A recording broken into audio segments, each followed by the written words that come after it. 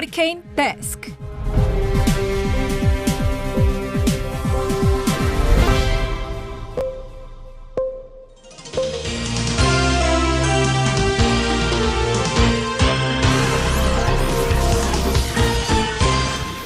먹고 살기 힘들어도 지나치면 안 되는 세상 소식 전해드립니다. 허리케인 데스크. 첫 번째 소식입니다. 삼성전자 임원이 언론사 출입증을 이용해 국회에 편법으로 출입한 사실을 밝혀낸 류호정 정의당 의원이 삼성과 거대 양당이 카르텔을 맺고 있다고 비판했습니다.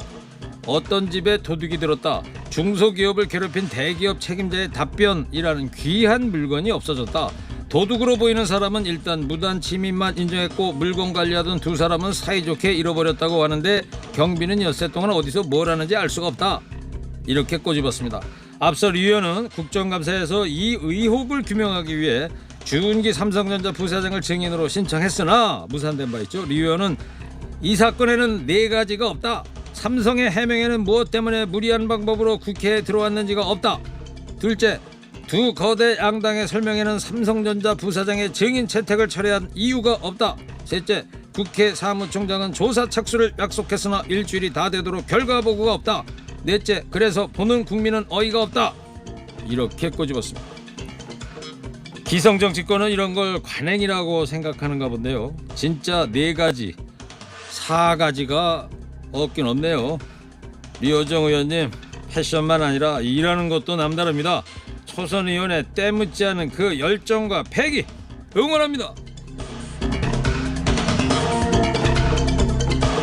논문 대필 의혹으로 재판을 받아온 현직 검사가 1심에서 징역형을 선고받았습니다. 수원지검 성남지청 소속 정모검사, 2016년 자신의 박사학위 논문 예비심사에 대학원생이 대신 써준 논문을 발표한 혐의를 받았습니다. 교수였던 정 검사의 여동생도 대학원생이 써준 학술 논문 3편을 발표한 혐의로 기소됐습니다. 검찰은 정 검사 남매가 특별한 도움을 받은 배경엔 아빠 찬스가 있었다고 봤는데요. 정 검사 아버지와 친분이 있던 성균관대 로스쿨 노모 교수가 자신의 조교들에게 논문 작성을 지시했다는 겁니다. 법원은 정 검사와 동생 정 씨의 업무방해 혐의를 모두 유죄로 보고 각각 징역 8개월에 집행유예 2년을 선고했습니다. 재판부는 사회 지도층의 일원으로서 모범을 보여야 할 남매가 지위를 이용해 범행을 저질렀다고 질타했습니다. 사회 지도층은 무슨 사회 기득권층이라고 하는 게 맞겠죠. 엄정하게 법을 집행해야 할 검사가 누구보다 연구 윤리를 잘 알고 있는 교수가 이런 짓을 했다니, 사회 지도층의 노블리스 오블리자 같은 건 바라지도 않습니다. 그저 평범한 사람들처럼 그렇게 살 수는 없는 겁니까?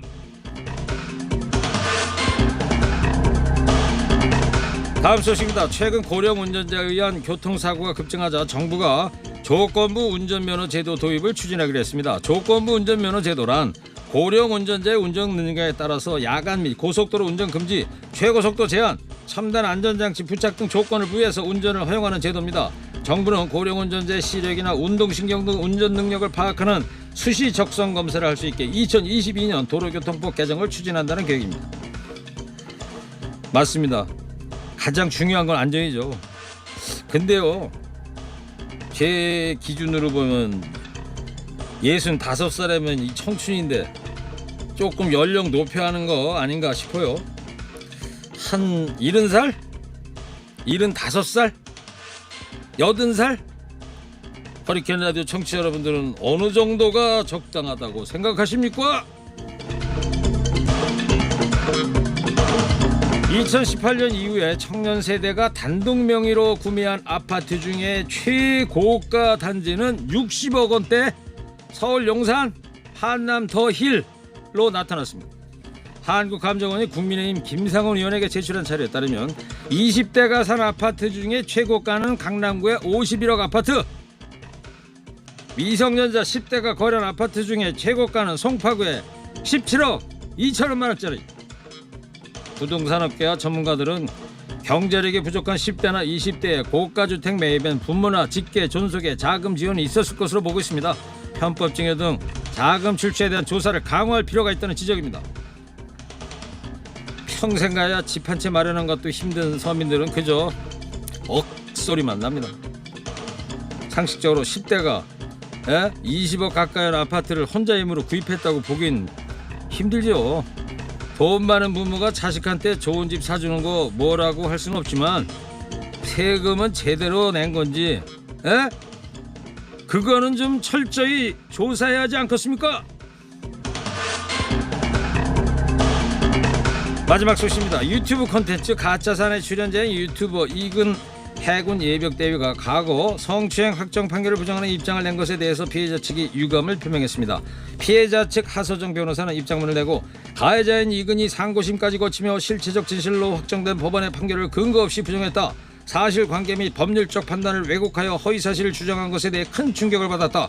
가해자인 이근이 확정 판결 이후 자신의 잘못을 뉘우치고 반성하며 살고 있을 것이라고 생각하였으나 다시 한번 공개적으로 허위사실을 주장하는 것을 보면서 추행 및 길었던 재판 과정 중에서 받은 고통을 다시금 떠올릴 수밖에 없는 상황이다. 이렇게 유감을 표했습니다.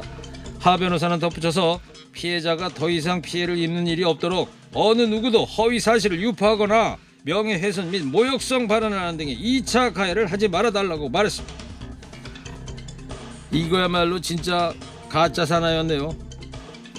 가짜 사나이를 진짜처럼 찍더니 소설이 다큐가 되시오. 오늘 허리케인 데스크 여기까지 하겠습니다. 깨어있는 시민이 됩시다.